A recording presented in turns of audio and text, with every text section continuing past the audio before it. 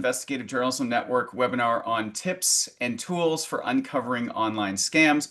I'm Craig Silverman. I'm going to be the moderator for today. I'm the co-founder of Indicator, which is a publication that reports on digital deception and trains journalists how to do it. Today's webinar is tailored for journalists who want to learn and discuss how to investigate online scams. So we're going to focus on practical strategies and tools for tracking, verifying, and reporting on virtual fraud. And if you're new to the topic or looking to deepen your expertise, we're going to provide some advice for impactful reporting on one of the world's most urgent issues. So if you're not familiar with online scams and fraud, these have become borderless threats. They evolve rapidly in scale, sophistication, and impact, from fraudsters using the internet to steal to phishing networks that engage in social engineering to trick individuals. Scams are often backed by criminal groups that are exploiting weak law enforcement, jurisdictional loopholes, and digital anonymity to steal untold billions and billions of dollars from people all around the world. So for investigative reporters, uncovering the individuals, the platforms, and financial flows behind these kinds of operations, it's essential. We can do it to protect the public interest and to expose the broader systems that enable online fraud. So that's the goal, and we have a fantastic panel of people today, of speakers who are going to be presenting, and then we will take questions. I'll tell you more about that in a moment. But let me introduce today's speakers. So Antonio Baquero is a journalist based in Barcelona. He joined OCCRP in 2020 and is an investigative editor covering Europe and beyond. Before that, he made his professional career at El Periódico Catalunya, where he served as a correspondent in North Africa. He also participated in OCCRP's big and excellent recent series, Scam Empire. Our next speaker with us today is Damien Leloup. He is an investigative reporter for Le Monde with a strong focus on tech and the tech industry and on collaborative projects such as the Pegasus Project and the Uber Files. He covers scams, big and small, from the gray economy of affiliate marketing to drop shipping and investment scams. Also with us today is Hera Rizwan, a reporter with Boom Live in India. She investigates cyber scams, online fraud, digital threats, and the intersection of technology with society. And finally, with us today is Naya Kirario Omari, a Nairobi-based fact checker and investigative journalist with experience in open source reporting, data research, and digital verification. And she works with Code for Africa. I'm going to mention that both Naya Kirario and Hera were participants in the GIJN Digital Threats Program, where I was lucky enough to work with the folks at GIJN. We trained more than 100 reporters around the world on investigating digital threats. So that is an awesome GIJN program. It's great to have two alumni here with us. Okay, so before we dive in, just to make sure everybody is aware, the organizer and the producer of this webinar is the Global Investigative Journalism Network. If you're not familiar with it, GIJN is the largest global network of nonprofit investigative journalism organizations with 263 member organizations in 97 countries. But it also works with journalists everywhere in nonprofits, commercial organizations, and with freelancers. GIJN has an extensive range of resources and tip sheets to help journalists worldwide, which you can check out on gijn.org. There are some great free resources there. So for today's panel, we've got 75 minutes in total. The plan is each speaker is going to have 10 to 12 minutes max each to talk and present. And then we want to hear from you in the audience. So you can submit your questions at any time throughout today's program in the Q&A box. So please keep that in mind. If you want to ask a question, please don't put it in the chat. You can use that for discussion, and some of the folks from GIJN are sharing resources and information there. If you want to ask a question, you need to put it in the Q&A box. We will get to as many as we can. And so you feel free to start popping questions in there right now. And when the speakers are finished, Andrea Arzaba, the leader of GIJN's Digital Threats Program, is going to moderate the questions and take over for that. Okay, last housekeeping note is that we will be recording the session. It will be posted later on YouTube. And so to kick us off today, we're going to go to Damien in Paris. He's going to share some examples of what has worked for him covering digital scams, the types of scams that he has been encountering, and hopefully that will help reporters know what to look for. Damien, please take it away. Hi, everybody. Can you hear me okay? Super happy to be here. I'll keep this brief, but as Craig eloquently said, scams are everywhere these days, and sometimes it can feel a bit overwhelming and hard to decide which stories are worth pursuing, because all of this obviously takes time and resources when you're working on this beat. So I thought about giving you a few tips that gave me some great ideas for stories in the in the past last years. The first tip is maybe a bit surprising, but first thing you need to do is deactivate your ad blockers. Scammers need advertisements. One of the things you'll find in pretty much every type of scams is ads, online ads.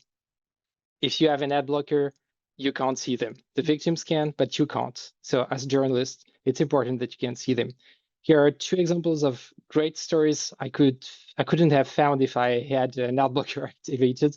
The left one was a series of very, very emotional advertisements showing dying children that were sick with cancer, and that was the forefront of a medical scam in Israel.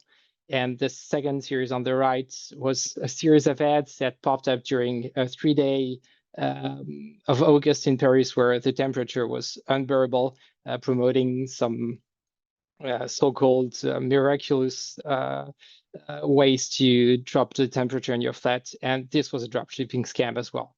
So great idea is to see those ads. If you don't want to see them all the time, you can also have a look into ads libraries. Most of the big companies have them. Most are pretty useless. One of the few that are usable is Meta's ad library. You can find story ideas, weird ads, and see which type of industries are investing a lot in advertisement. Usually, it's also a type of industry that will be facing scams. For instance, in France, Germany, and most of the north of Europe, isolation scams are pretty common. You'll see there are tons of ads for those in Meta's library.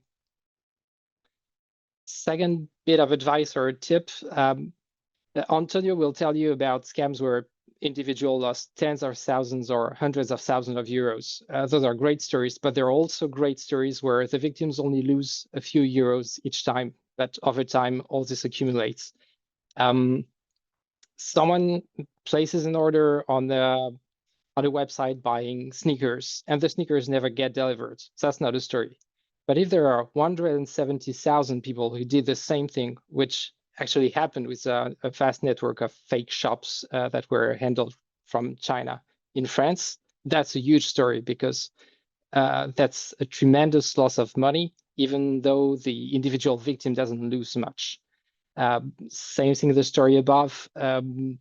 Everybody, I guess, in this room has gotten one of those texts saying your parcel could not be delivered. Click on this link to reschedule delivery. This is annoying at best. You lose a few dozen euros at worst. But same thing, if it's almost 1 million victims, it's a huge loss of money and a criminal group. And that's a very good story to pursue. So it's not because it's a small sum that was lost that it's not a great story.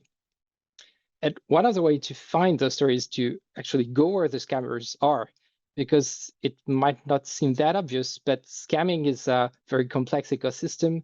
And the scammers themselves, they often have specialized jobs and need other people to work and to make their scam happen. So they'll be communicating a lot. And there are spaces on Facebook, on Telegram, even specialized websites where you can find people selling stolen data, offering dark pattern for ads, specialized tools. And it's very easy to find those places. Most of them are quite open. You don't even have to pretend you're somebody else. You can just click and join a group, and they will accept you automatically. And that's a great place to start an investigation and find new stories. Last and maybe weirdest advice I can give you is to keep an eye on whoever is impersonating your media. Medias are still, for better or worse, trusted by the general population, and scammers have a tendency to make fake articles, use brand names related to medias to promote their scams. Over the past 2 years, we have had several cases of scammers impersonating Le Monde in France. And each time we took some time to dive into it and try and find out who was doing that, we found a great story about investment scams, about phishing gang that used that whose goal was to steal credit cards from Le Monde readers. So your readers like it, will like it because they'll see you're also protecting them, and it's almost always a source of a great story. Of course, those last stories are the most technical of the bunch. If you don't have experience or knowledge in the way internet works, you'll have to find some help, but that's what we do. We're journalists, we're not techies, so it's normal to go and find some help. And I think it's really worth taking the time to familiarize yourself with some simple tools which will at least help you see whether or not the story is worth pursuing more in depth. And there are tons of great resources online. Bellingcat has a great guide. Curium, which is an NGO that works with media, also has very interesting in-depth walkthroughs that you can read on your spare time to see how it works. And to conclude, I know maybe not everybody here today is interested in scams in themselves, but one thing we've learned along the years is that the scamming ecosystem and the disinformation ecosystem are all but one, especially when you're looking into Russian disinformation, for instance. Over and over again, we found the same companies, the same techniques, the same tools, and the same people doing both commercial scams and political scams or political propaganda. And that's been a really important source of great stories for us in the past 2 to 3 years. And I think it's only the beginning. Thank you. Awesome. Thank you so much, Damien. So that was our first presentation, kind of setting the scene here, some of the things you can look for and build on for larger projects. So now we are going to head to Naya Kirario in Kenya. She's going to talk about some of the language and other tactics scammers use to kind of create a sense of urgency and why this is kind of a hallmark of scams and something that you should look for. So Naya Kirario, please go right ahead.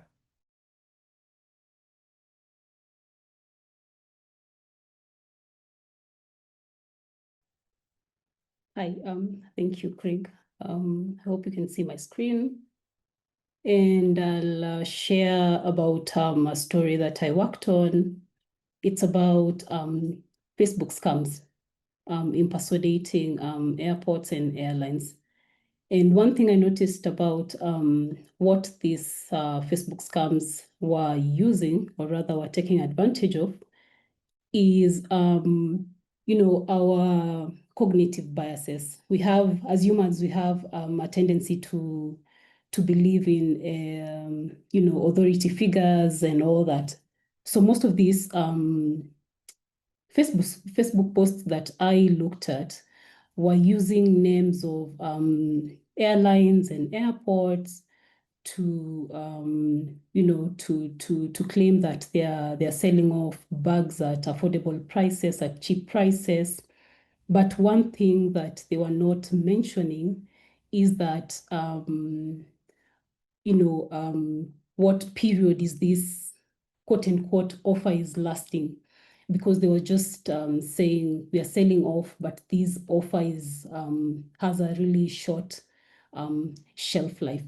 And one thing I noticed about also these Facebook scams is that they take advantage of crises that we go through as humans, conflicts, trying to raise funds for, people affected by floods, diseases, conflicts, and all that, to collect funds.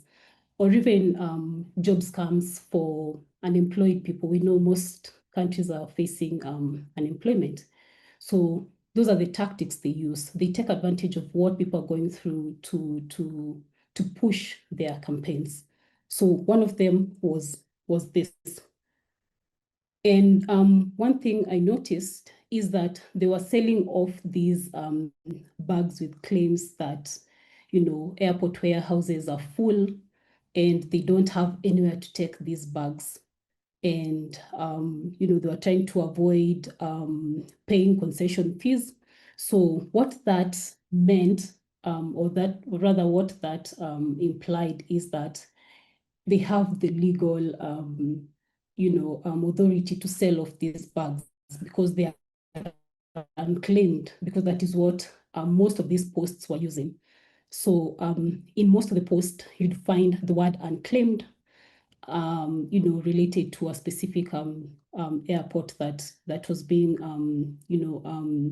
manipulated or spoofed to claim that these bags have been lying in the warehouse for such a long time, and we are trying to get rid of them. So you need to jump on this offer real quick. So that is something else that I noticed from these posts. So now I'll quickly go through the tactics that I identified, 3 of them, and the tools that I used and how I used them to go about the investigation. So one thing I noticed about spoofing of the website, because what I noticed is that these Facebook accounts are not only sharing posts, they were attaching website links, and that just that one click that you make on that Facebook account is really detrimental to your data safety, but people really don't notice. But one thing I noticed is that, and also this is really an advantage that I gathered from the digital threats session, because I was exposed to multiple tools that complemented Whois. So in one case where Whois wasn't offering details about a domain or a website, DNSlytics or DNS Checker or Big Domain Data was offering more details. And what I noticed is that, so let's say an account, or rather a Facebook post was trying to manipulate an official airline or airport Facebook account. They were using multiple websites. What that means is that, so for example, this was one that was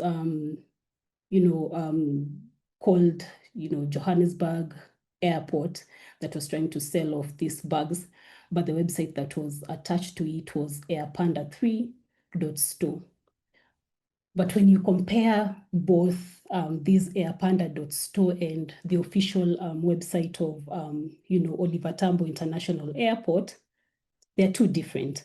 But what you notice is that these website posts, these Facebook posts had multiple websites that it was using. So it was Airpanda 1, 2, 3, there were like 7 or 8 of them. But one thing that was a big red flag is that they had a really short shelf life. So it's just a day and you'll not find them online again. And that is one thing that I noticed. That is one tactic I noticed about online scams, is that they invest on low quality investments. They don't want to spend money, or they don't want to spend a lot of time in managing these websites and all that. So that is one thing I noticed, because the official website for Oliver Tambo International Airport has been around for a long time, but this one just operated within a day, and that was in 2024. Also, something else, this is also another that was had the same similarity. So it had like 9 domain names that were similar. So these are details that I couldn't find on Whois, but I did find them on Big Domain Data. And then another tactic that I noticed from these Facebook accounts is that they were using similar images from, they were recycling images. Again, they don't want to use a lot of investment. They don't want to financially invest, in these campaigns. And one thing that I might have forgotten to say is that when they are trying to imitate official social media accounts, most of them won't have a blue check or a gold check or a gray check because those badges require financial investments, but they wouldn't go for that. And then if you come, and then also this is where we also preach about archiving and all that, because when you come back in 2 months or 3 months, these posts are not existing because they have moved on to another scam, as Damien has just shown us. There are multiple of them, but their main aim is to collect your data or get funds from you and all that. Another third tactic that I identified is that they were adding price tags on the recycled images that they were using. But the best way that I identified that these price tags were added here, because I think one thing about search investigations is that you have to show how you did it, just instead of saying that this is how we did it. And two of the most important tools that we used is forensically and photo forensics to show the error level analysis. So what error level analysis shows is the part of the image that has been manipulated. And if you can see, the one that is circled in red are the parts that were manipulated. So this is the comparison of the original images versus the ones that were manipulated or just added to show that, these airports are selling off these unclaimed luggages at a very discounted price or throwaway price. And also one thing that I must mention is that reverse images searches were very important because they had to take me now back to the start line to show me how much or how big of these posts have been reused, because I found using a meta content library quite limiting if I was looking at multiple airports, because it only allows 5 keywords into the search bar. So I was only limited to searching specific airports. But with the reverse image search, I was able to go back to the start line and see how many Facebook accounts or X accounts or TikTok accounts have used this image, especially the ones that have added price tags. And also it will show you, what I also found is that there are other influencers who are actually giving false testimonials about purchasing these bags and all that, but they don't show evidence of these purchases that they have made of valuable stuff from these airports. Yeah, so that is how I went about my investigation. It was really exciting to do it. Yeah, thank you. Awesome. Thank you very much. So we learned a few technical tools and some tactics and approaches for digging in. So now we're going to move to India with Hera. She is, along with Naya Carario, one of GI Jan's Digital Threats alumni. She's going to mention why and how looking at inconsistencies is key when covering online scams, and she's going to highlight the importance of collaboration as well with technical experts. So take it away. Thank you, Craig. Is my screen visible? Cool. Thank you so much. Thank you everybody for joining. So let's start with the bigger picture for a moment. So cybercrime, if it was an economy, it would have been third largest after USA and China. This is what World Economic Forum had said in 2023. So the global crime losses were also projected to exceed $10.5 trillion annually by 2025. And the reach is also massive, with 1 in 3 internet users worldwide reporting exposure to scams and phishing attempts. What is interesting is the shift in the tools. Earlier, they used to rely on phishing emails. Now they have resorted to WhatsApp and Telegram, which are like everyday messaging apps, especially in Asia and Africa. So that's the global backdrop. Now I'd like to focus a bit on India, where the scene has been evolving very rapidly since a few years now. So earlier, what we had were very basic, pretty straightforward scams, which were like quick money scams, like extortion or job frauds. So they were not very technologically advanced. Cut to a few years later, we saw how these scams took a more organized form with investment scams, KYC verification frauds, wherein a scammer posing as a bank official would call a person, ask them for their OTPs or some digital ID numbers associated with their banks. The person without any cross verification would share it with them and end up losing a lot of their money. Another very interesting kind of scam is digital arrest scam. So it is more of a psychological trap. How it works is a scammer would pose as a police official or a government official, would connect with a person via video call, and they would make them believe that their name has appeared in some suspicious activity. So in order to clear their name, they must be connected via video call till the investigation lasts. So during this fake interrogation, they would be pressured into giving their financial details or transferring some amount into a safe account for verification. So that's how this tactic works, and it surprisingly it continues to happen in certain pockets of India as we speak. Now what we are seeing is more of a mix of technical plus psychological sophistication. So now scams are using AI generated voice clones, malicious APKs disguised as legitimate apps, steganography, which is a very technical process of embedding a malicious code into a harmless image or a PDF, which we'll talk about later, and social engineering. So it is a very social engineering is actually a very common strain across all kinds of scams, because while the tech has been evolving, but at the heart of it, these scams are necessarily psychological crimes, wherein the scammer is manipulating you, they're talking you through into clicking a link or sharing your financial information.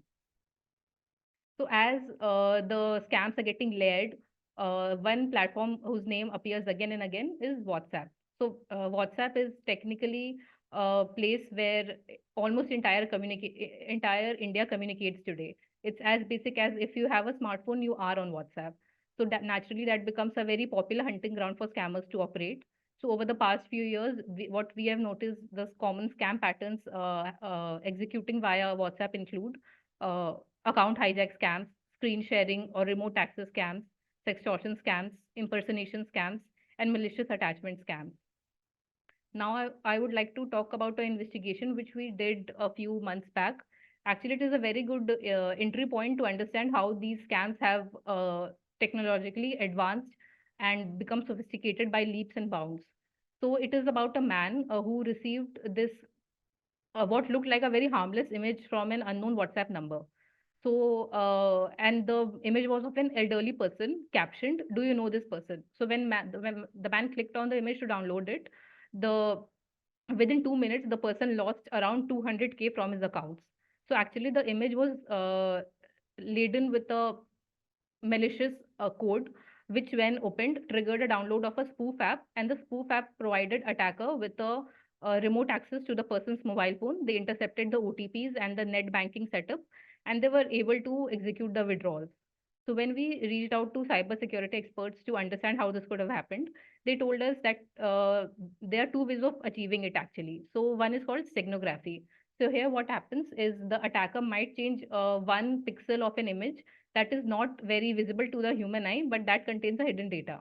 Similarly, in binding, what happens, the attachment happens at the binary level, where the once the image code is executed, the malicious code starts getting executed in tandem. So what's striking here is that the attacker used a very everyday digital habit of people and they weaponized it. And since WhatsApp is encrypted, so the investigation henceforth became very difficult. Now we have some tools for journalists who want to pursue cybercrime as a beat. So first of all, if you want to like stay ahead of a curve and track the emerging scams, so what you can do is actually join these scam Telegram and WhatsApp groups where these scammers actually operate and they lure their victims.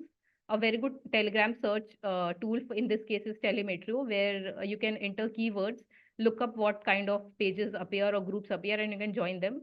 So it's not as easy as like you put in scam groups and they would appear. Actually, that you need to make some educated guesses here. For example, in India, say if there's a pre-election season, we are going through a pre-election season, so we might get groups which are selling services like get a fraud voter ID made in 2 days, or like get a fraud ID made with like at a throwaway price, something like that. So I'll enter something like voter ID and see what groups appear, and I can join them and actually track the emerging scams. Another one is tracking public complaints. So for this, you can monitor your government complaint portals, and social media comes in very handy here. So social media platforms like X or Reddit, where users generally share their experiences. There you can use phrases to search like I was scammed, or I lost my money, and see what kind of posts appear, and if there's a common link between all of it. Secondly, if scam is happening via a malware-ridden image, which we just discussed, for that you can use tools like exif tools or forensically. So these tools do not necessarily tell you that there's a malware hidden in the image, but they'll let you know the metadata, the editing traces, or any other inconsistencies. So that's very helpful in understanding if an image has been tampered with or has been repackaged. Similarly, if a scam is executed via a suspicious APK or a link, so for that you can use tools like VirusTotal or urlscan.io. Hoaxy and domain tools are more for the whois history. So here you can actually know if a website, where is it being hosted, who is operating it, and if you can link it to a larger scam network, that's great. And similarly, if you have phone numbers via which a scam had happened, so for that you can use it on Truecaller Web to link it to identity. APOS is very helpful in understanding, in linking that phone number to a social media profile or a Google profile. And lastly, archive fast. So once you get all the digital evidences, it is important to preserve them before they get vanished. So for archiving, you can use tools like archive.today or Wayback Machine. Lastly, I have some practical story building tips for journalists covering this. So I feel for a journalist covering cybercrime, it is very important to think like an investigator and map the entire chain from the scammer to the victim or vice versa. So while doing that, you might get intermediaries like some small fintech apps or say some mule accounts. So they may not help you necessarily reach the end scammer, but they'll tell you the modus operandi of it, which is also very interesting to know. Collaborate with journalists. You may find cross-border scams often overlap. So you can partner with journalists for shared databases and patterns. Work with experts because as journalists you cannot know everything. And you don't need to be a malware analyst yourself also. So you have experts for that. So we can collaborate with them, understand the technicalities, and the focus as journalists I think should be more on the storytelling bit of it, to explain the scam as easily as possible for the readers. And lastly, it is very important how we frame these scams, frame these stories actually. So it is very essential to frame these stories not in a victim blaming tone, and ask why did you click on the link, or you should have known better. Because at the heart of it, the scammers are not they are not preying on your ignorance, they are preying on your fear and trust. So that's where our focus should be on. And it is better to highlight the systemic vulnerabilities in platforms and policies rather than digital illiteracy or user errors. That's it. Awesome. Thank you very much. Lots Thank of great, useful tips there. So we are going to come to our final speaker now before I'm going to throw some questions at people. And actually, for all the speakers, one thing you can start thinking about before we get Antonio to present is Hera just shared a bunch of tools. Naya Carario shared a bunch of cool tools. I am going to ask the speakers to, if there's any other tools that haven't been mentioned yet that you might want to point people to, we'll maybe do a little round of going through those so you could think if there's anything else you might want to suggest to people while Antonio is talking. And so on that note, we're going to end up now in Spain with Antonio Baquero from OCCRP. He's going to talk about his work with the really excellent investigation that OCCRP did called Scam Empire. So Antonio, take it away, please. Thank you. I have to say, Damian was with me, with us at that project, and we did a great job. So basically, let me share screen. Where is this? Okay, here, here. Okay. Can you see it? Okay, cool. So basically, this is what oh, no, I'm not in this plane. I'm sorry. I'm quite dummy with technology. Okay, give me a second. Oh, what it is? Okay, share the screen, and what it is? Oh, I can't find my slides. Sorry. You had them up before if you go back to what you did the first time. Yeah. Okay, here. Okay. I can, okay, here. Okay, compartir, sure. Okay, so Scam Empire, can you see it? Yes, do you want to hit the slideshow button? Cool. Beautiful. Cool. Great. Okay, so this is Scam Empire. This was our investigation. We got a lot of data, but basically I'm not here to explain you about Scam Empire. You can find it on the internet. What I want to tell you is some tips and some lessons we extracted from this.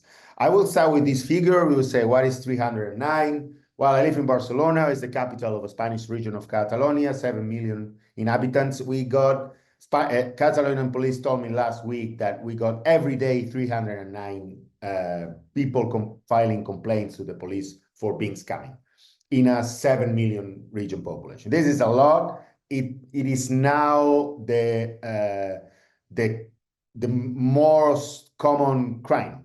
I mean, it goes before all the others. So when you deal, so keep in mind that when you're dealing with any type of scam, you're not dealing with something marginal. You're dealing with really, really a big deal. So, and has a massive public interest. I think this is maybe not a technical tip, but it's something we need to keep in mind. So then what will you find as a journalist when you start dealing with this type of scams? So you get approached by a victim, you get a leak, which is amazing, or somebody, a source, give you a tip. Okay, so I'm going to try to explain you what to do in every case, which is more or less, it's the case of the victim and the tip. My advice is first, check the brand. Every victim has been scammed by a brand. I'm talking about investment frauds. Investment frauds is like they tell the victim, if you put money in this investment, it can be crypto, it can be gold, it can be petrol, it can be diamonds, whatever, you will get a lot of money. And this investment place, these investment platforms have a name. So the first thing you need to do, you need to know if you get a tip or if you get a victim, so where have you put the money? What brand? Where were you thinking you were investing? And then check the name of the platform. And the name of the platform, you will see if there's licensed or not. You will normally find some warnings, maybe not. And they will say, no, we are licensed, I don't know, in Comoros or in Seychelles. So go to Comoros and go to Seychelles, for example, and ask the authorities there. For example, Comoran authorities are really worried because there's like an industry of fake Comoro license. And then you will see if this platform is really licensed or not. And then these are all platforms used by one of the networks Damian and me and all the partners investigated in Scam Empire. The ones with in pink are the licensed ones. Then how it works? You will see that organizations are different, but in the investment fraud I'm talking, the process and the methods are basically the same. So, and that was surprising for me because, for example, we were investigating two really different organizations, but the type of scam was the same. First, the victim get into an advertisement in a social media platform. He got hooked, and then he got called, he left his data, personal data, and he receives a call from the scammers and say, hey, well, we know you don't know much about investing. So we will start with a small amount. So they always, and that was shocking for me, everybody asked just for 250 euros. Both organizations. It was like, why 250 euros? Or why one organization doesn't ask 200 and the other 300? No, 250. And then you need to, so the type of organization you need to check the organization because there's a big change. So far, we were used to what is called fraud, the typical fraud factory. So one boiler room, two boiler rooms, an organization in some country, normally in Eastern European, Georgia, Bulgaria, Ukraine. And that was one of the organizations we investigated in Scampire. But we found another one that Le Monde brilliantly baptized as Sapphire Network, because I have to say it's a really cool name, because they were based in, we found that the headquarters were in a building in skyscraper in Tel Aviv called Sapphire Tower, sorry. This network is completely different. And you need to be prepared to a totally different networks, which are really like multinationals. They are not only in one country, they are in several countries. They are organized in what we discovered they call business units. Every business unit has a name. Every business unit is like a project. So we have a project for Latin America, for Mexico, or for Spain. And we put a name. For example, for Mexico was Rolls-Royce. For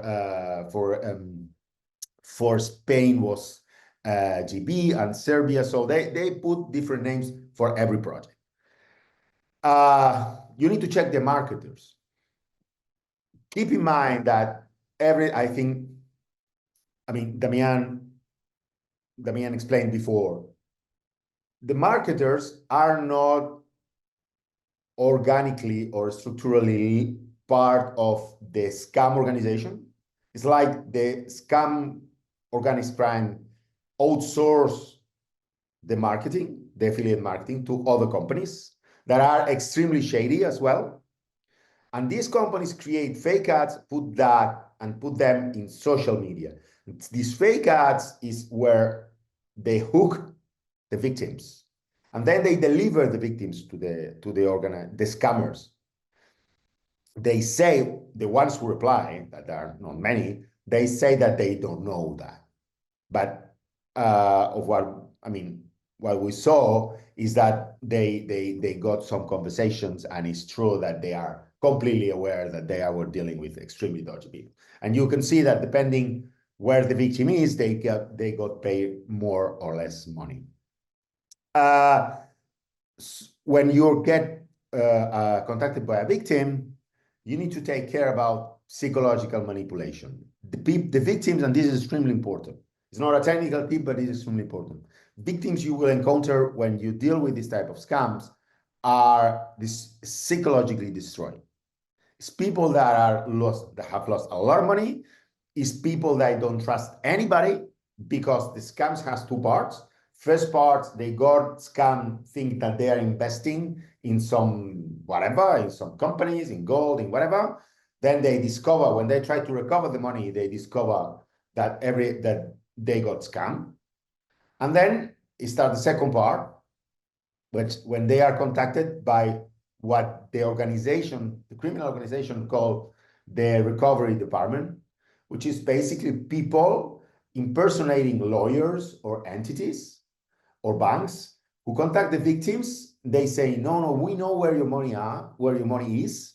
So if you pay us a fee, we can help you to get the money. So we have victims in Scam Empire that lost 300,000 euros in the first part of the scam, and 100,000 euros more in the second part. So when you contact a victim, and we found that, first thing they are pretty sure is that you are part of the scam, that you are like a third chapter of the scam. So you need to convince them that you are not part of the scam, and that takes time, I can tell you. And secondly, you need to tell them, because some of them, they think that it's not that they were scammed, is that the organization is keeping the money they obtained through the investment. So they still think that their money was put in some stuff that gave some more, that really worked. So you need to tell them the truth. And this is harmful. I mean, it's like, hey, man, no, it's not like you put 50,000 euros and you have there 150. It's like they didn't invest anything. They got your money. They pretend that your investment was producing more money, but that's not true. They send your money to somewhere else. So why do you think, why they try, how they try to convince them? They say always you, and something else. We have a perception that the victims, a wrong perception that the victims who fall in this type of scams is they are moved by greed. They are moved because they want to get more money and they want to be the smartest. It's not always true. It's people. We found a lot of victims that were just people that had their money in the banks. The banks were not giving them a lot of interest, and they think, oh, maybe I can make a bit more with this investment. So they are normal people. So one of the arguments, okay, I'm going to make my money work. And then they see that, oh, fuck, I'm getting rich because they gave a fake investment platform where they see the investment going up. And then which this is something extremely interesting that you can find, is like they obtain anti-bank arguments because the scammers trains the victims to go to how they have to deal with the banks. Because at some point, the bank will tell you, hey, you're scamming, you're being victim of a scam. Don't send them more money. So they tell them, the banks, they don't want you to become rich. The banks, you don't need to trust the banks. So there's behind really interesting, there's a lot of manipulation. Don't think that they are just all people falling on this.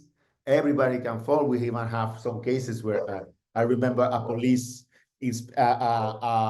officer specialized in economic crime was victim of it. And I put a timer, and I think I can talk for hours, but I will respect the 12 minutes. Thank you.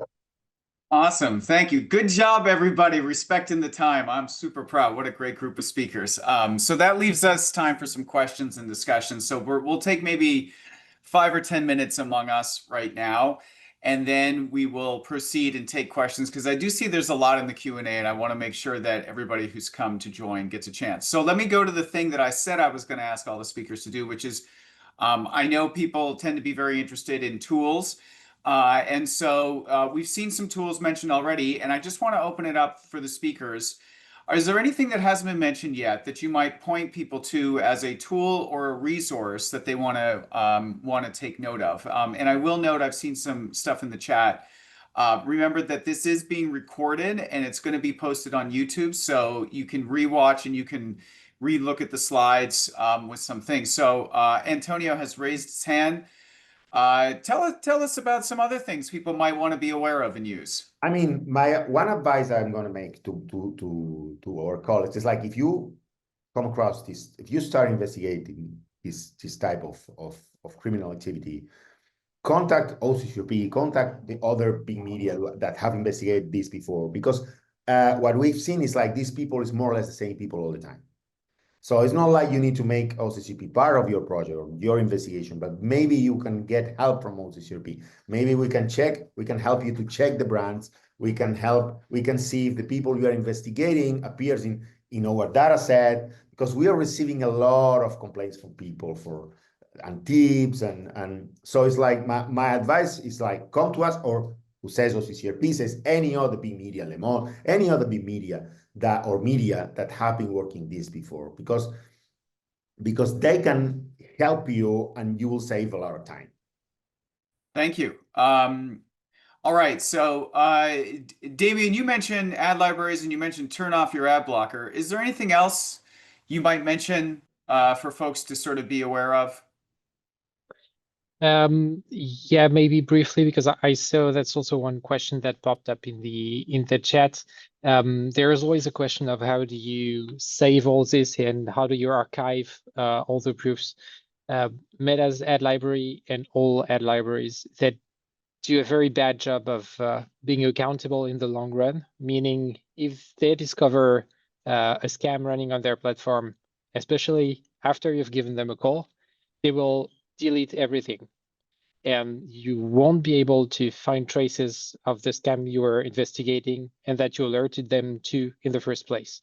So you really need to make screenshots of everything, because Wayback Machine doesn't work that well, or other archivers don't work that well with ad libraries. So screenshot. There are several plugins you can use in Firefox or Google Chrome to screenshot the whole page. I don't have a reference, but there are several that work.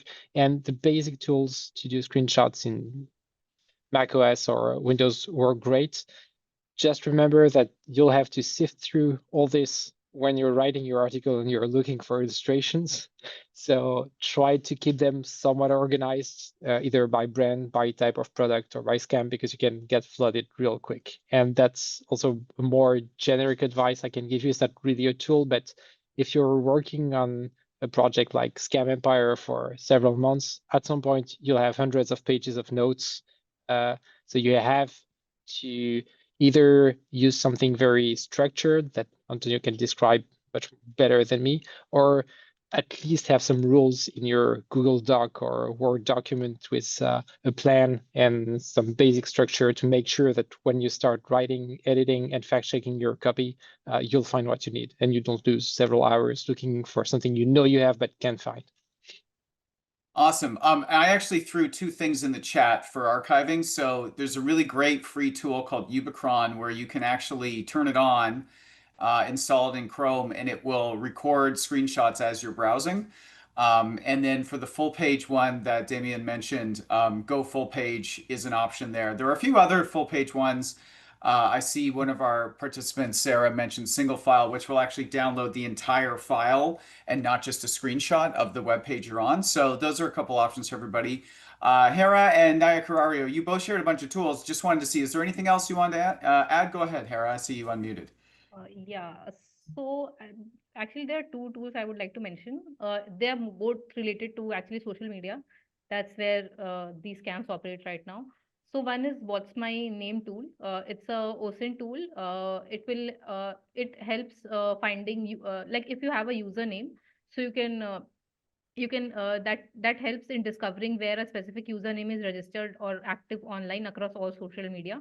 So you can input a username or handle. The tool checks that username across hundreds and thousands of platforms, and it tells you whether the username exists on each platform, the URL of the profile if found, the HTTP status code, and like sometimes metadata also. And another one is Insta Loader.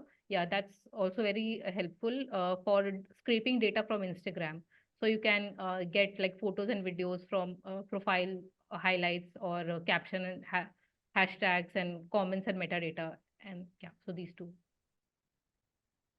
Awesome. Thank you for that. Naya Carario, anything else you wanted to mention? I know you already gave us some good tips already, but yeah, go ahead.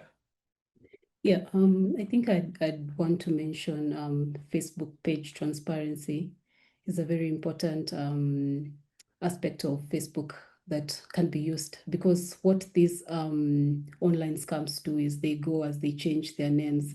So it will be important to look at something that you find or you feel is fishy, to go back and see how many times has it changed its name. And because one thing I noticed is that one of the accounts I was looking at was actually impersonating a media house before. So that is something that is good to note. And then also another thing that I'd want to mention, also coming from an organization called For Africa that works majorly on covering influence operations. Network analysis is one of the things that we do to map influence operations, and network analysis is one thing that I'd really suggest that we do when we are mapping out these accounts, because it's quite heavy information to have a spreadsheet or just screenshots of accounts, that examples that we've seen, but it's impactful when you have that network analysis in your investigation. And also you can share across organizations to compare notes of what accounts that you found. Yeah. Awesome. All right, I'm going to do one more, and then let's go to. I'll bring in Andrea to ask the questions from the Q&A. So the question I want to ask, which I think is an important one, is obviously scams have a huge impact on people, steal a lot of money. They are global. They are organized. They're really preying on people everywhere. But I think one of the other things that we've talked about among us as well is that often the tactics of scammers get used by other people, like state-backed actors, disinformation actors. And so I wanted to open it up to the speakers here. Does anyone want to sort of build on that and sort of explain the connection between financially motivated actors and ideologically motivated actors or state-backed actors, sort of as another element to think about when you're looking at scams? I think, Damien, you had mentioned this a little bit when we were chatting. Do you want to quickly say something, and anyone else is welcome to jump in after as well? Sure. Well, basic premise is that both scammers and political operatives, they have the same goal. They want to convince many people that something is a good idea. So they use the same tools. Antonio mentioned affiliate network, which is a type of marketing and advertising that's widely used in scams. It was also widely used in Romania during the last elections to try and convince people to work for the new incumbent. So you will often find the same companies and the same tools, especially in advertising, working at both sides, financial and political. In Romania, we found a company that has been working for years peddling like vitamin supplements in Romania, also taking money from pro-Russian interests. And it's a Ukrainian company. They don't act because they're politically motivated, but because they want the money. So you can find the same actors even when you wouldn't expect to find them there. Yeah, go ahead, Antonio. So these are huge industries, and in some cases, these industries cannot work without, let's say, maybe not the support, but the government looking aside, looking other way. So, for example, in the case of the Georgian network we investigated, we found that the boiler rooms were in a building just located near the national security building. So it's like really near one. They were neighbor buildings. And in other cases, like the Israeli network, we have the feeling that they operate with, I don't know, they are too big. They are really, really too big to not appear in the radar of some authorities of some countries. And at the same time, these organizations, at the end, they compile a massive amount of crypto that in some cases, they use for exchange. They become as well money launderers for other criminal organizations because they have a lot of crypto. The other ones have a lot of cash, so they exchange. So it's like this. They are not isolated. They work. They are, in some cases, they got the support or the governments let them work. And in other cases, they are really, really in contact with other organized crime groups. Awesome. All right, listen, I'm going to stop taking up time here and make sure that we throw it to all of you who've been participating. Thank you, everybody who's been in the chat sharing things. There's obviously really knowledgeable people here, and it's wonderful to have you adding that. So let me throw it to Andrea. Andrea, let's see what questions people have for our awesome panel here. Thank you so much, Craig. So I chose 2 questions, and I'm going to ask all panelists to answer. The first one is, in a world where everyone is afraid of falling victim to online scams, how can you talk to victims without making them feel paranoid? Are they sometimes reluctant to talk? And also, how do you find them? So if you can share your experience about that.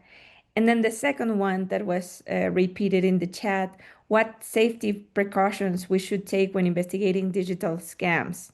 Is it safe, for example, to click on links shared by suspicious actors if we don't provide any of our personal data?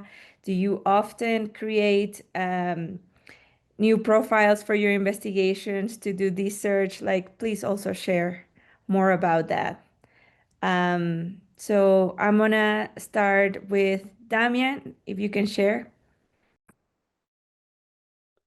Sure, I'll make it short with about the victims part because I think the other panelists have much more to say. But basically, you have to earn their trust. So you have to approach them directly, but taking into account that there are victims that they may be very afraid. And one techniques we used a lot was to tell them, look, you don't have to trust me.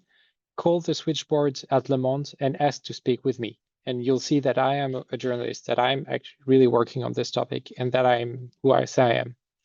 And about the safety and the links, usually I'm not too shy about clicking on links, but there's one great tool everybody can use, which is the Tor browser, which is an anonymous browser that has two advantages. It hides your identity and your IP address, and you're not logged into all your accounts, your email, etc. So even if the link is booby-trapped, you won't reveal anything, and the scammers or the person sending you the links won't get any useful information. So don't hesitate to use it. It's very simple to install. It works everywhere, and it's a great security tool in any case.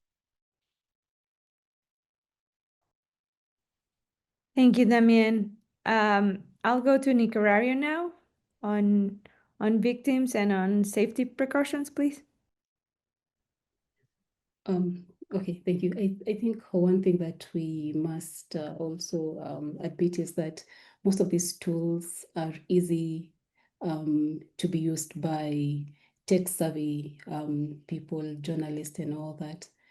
But it's also important to consider that the people who get scammed a lot are people who don't have knowledge of how to use some of these OSINT tools. So how then do we collaborate with CSOs, also packaging some of these investigations into something that is very interactive, say morning shows, radio shows, how we have civic education ahead of elections. Why shouldn't we have such educative materials packaged in a way that gets people engaged or shows them how to stay, informed of these scams,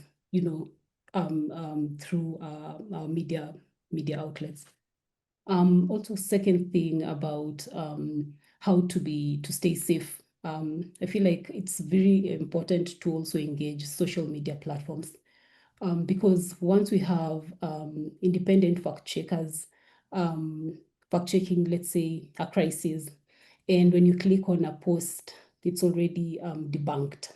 If it is an image that is showing a child who's been caught up in a conflict, you have to really confirm that you want to view that post, knowing that it has already been debunked, it's false or it's misleading. Why shouldn't we then have Facebook do that for scams like this, which is focused on big events? So let's say like we have a crisis in Africa. We have floods, earthquakes, and all that, and it's been lasting for a month. Why shouldn't these platforms be focused on this event that is happening, and consider that scams like that will be coming up, and setting ways to debunk that quickly using independent fact checkers or independent organizations that are working around the clock to debunk such information. I think that would be my input. Thank you, Nicarario. Hera? Yeah, so for reaching out to victims bit, yeah, that is particularly I also get stuck a bit there because it is because once the person has gone through a scam like that and has lost money, it is very difficult for them to believe anybody, especially somebody like any unknown number. They won't wait. They'll be suspicious of everything. So that is where you need to build trust. So what I do personally, like most of the stories I get is from social media only because where users share their experience. So since so you can directly what I do is I DM them, and most of them don't reply. But like you can try to build your credibility. I usually share my links and I tell them that I've worked on this, we have been covering this, and like make them and let them know your intention, like we want to do this story because we don't want a similar experience to happen again with some other person. So that is also very important. And the safety thing is, yeah, it is very important to triangulate your information, like see if it's a authentic source, uh, for which fact checking is very important. And another one is like sometimes, like since I talked a lot about the scams happening via WhatsApp. So there has been a trend where scammers posing as, say, like they would send some APK file that our app is under construction, so this is the APK tool, you can download it, and like you can pay your parking ticket, or you can track your courier via this. So you can no way trust them, because you have to trust the apps only which are available on Play Store or app stores. So like, yeah, you have need to trust the authentic information in that way, and cross check everything. And yeah, I agree that awareness is not at the level, is not actually even catching pace with the how these scams have evolved technologically in a very short span. So yeah, awareness has to catch up that way. Thank you so much, Hera. And finally, Antonio, I'd Yeah. like to, yeah. So, well, I think some advices on approaching the victims. It's like, first, because victims are desperate, so don't promise them anything. Don't promise them that if they talk to you, they will recover the money, because something you cannot, it won't happen. So, and don't create big expectations, because it's like a scam, right? It's like a journalistic scam, and it shouldn't be. What can you tell them? And what worked for us, and I think is honest, is like, you can transform them from a victim to a sort of alerter. It's so they can help. I mean, what we told the victims is like, look, if you talk to us, if you explain your story to us, you will help other people not to fall into these scams. This is something that is true. This is something that is honest, and is something that will happen. So my advice is use this argument with the victims. Tell them this. Don't tell them, if you help me, you will recover the money. If you help me, we will make that lawmakers make better laws for this type of, because you don't know. I mean, we hope, but it's not something you can assure the victim. So in some cases, you will find victims that haven't go to the police. My advice, it depends on the country, but my advice is tell them, go to the police and file a complaint. Why? Because if this network has if there is a possibility that this network will be, there's going to be a raid, and maybe they freeze some assets, if you haven't filed any complaint, you won't receive anything. But if you have filed a complaint, you can go to a judge and say, hey, there's part of their money is mine. And it exists a remote possibility that you can get something back. It's not for sure, but as I said, tell them all the time, this is not for sure. Okay.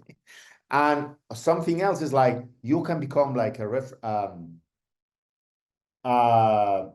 fact checker for the victim. And something's happened to me. Victims are coming to me because they are still receiving calls, they are still receiving documents, and say, come to me, send me that, and I can check if this is still a scam or not. So you can help the victim. And you, in some cases, in most of cases, and it's surprisingly, it helps, and a lot of victims accept to talk. And Thank you, about Antonio. Yeah, tools, digital I'm security. not an expert tools, so it's fine. Yeah, and about digital security, any advice? I'm super dummy on that, so I'm the worst for that. I don't dare to advise anything, because I'm gonna create a mess. So I think my colleagues are great for that, better than me. Thank you, Antonio. Now that I have you, I have a question for you, and I would also like to open it up for the other speakers. But did you work with a whistleblower at all in these investigations? Well, yeah. And working with whistleblowers, and also like if you got any interest from regulators or law enforcement. I want to start with you, Antonio, but then I will ask the other panelists. Okay, yeah, in this case, there was somebody who leaked the info to SVT, Swedish television, and it was great because he got a lot of internal info. So we had the possibility to see these criminal organizations from inside. It was a leak. So it's or is a whistleblower, or is a hacker, or who knows. But what I can see is that good hackers are aware of what is happening with these organizations, are hacking these organizations more and more. So it's highly possible you will get data from a hacker. Sharing the info with authorities. This is a case where you cannot stay in your ivory tower and say, "Oh, I'm a journalist," and that. But I don't think we have to share info with authorities, or raw info, bulk info, because if you do that, it means that you are becoming something different, and you don't know at the end where this info will end up. So and you become an informant of the police, and I don't think we are informants of the police, but we can tell the police, well, where to look, and you can debrief the police. That's something you can do. You can debrief the police. Is what we did, but we didn't share the data but it's like, well, we told the authorities, it's like, well, we won't share the data because the first thing they ask you, can you share me? They want us to debrief, but then the first thing they ask, hey, can you share us the data?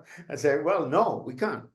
But we can debrief you, and maybe we can tell where to look, But my advice is not to share the raw data, because basically you will become something different and not a journalist. Thank you, Antonio. Anyone else from the panelists that would like to answer or give any tip on that? Or maybe Craig, I don't know, if you want to wrap up. I mean, I agree that, like, number one, when you're going and you're documenting a scam, you might bring it to the platforms so that they can potentially take action. But then when it comes to police, at the same, like, you can share the information that you might send to a platform, but giving them all of your reporting or thing, that's, as Antonio said, that's not what we do. So finding the right line of sharing them the information that, whatever you're going to publish publicly, you can certainly share with them because you're going to publish it publicly, but giving them everything that you've got, that's typically not what we do.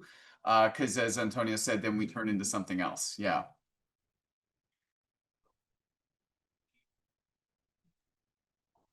Thank you, Craig. So I think we ran out of time. Hera, Nicarario, Damian, anything final?